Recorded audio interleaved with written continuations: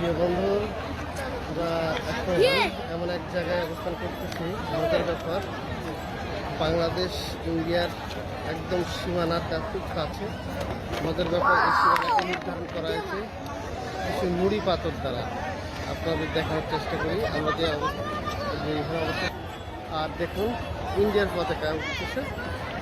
এটা হলো Jaflong zero point থেকে খুব কাছেই, 0 পয়েন্টের খুব কাছে দেখুন ইন্ডিয়ার বর্ডার দেওয়া আছে পাথরের মাধ্যমে।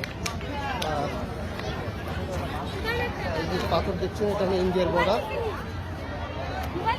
বর্ডার। আর এই বর্ডারে এই পার অবস্থান করতে দিয়েছে ইন্ডিয়ান আমাদের নিকটবর্তী দেশের মানুষ। দেখুন কত সুন্দর। এই যে ভদ্রলোকটি 0 পয়েন্টে পা দিয়ে আছে, পা ছেড়ে দিলেন। এবং বাংলাদেশ থেকে আমরা ভিসা ছাড়াই ইন্ডিয়া দেখতে পাচ্ছি।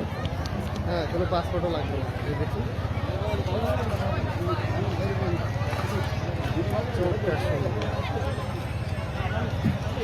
ইন্ডিয়ান দাদারা এখানে ফটো সেশন করছেন এবং গিয়েছে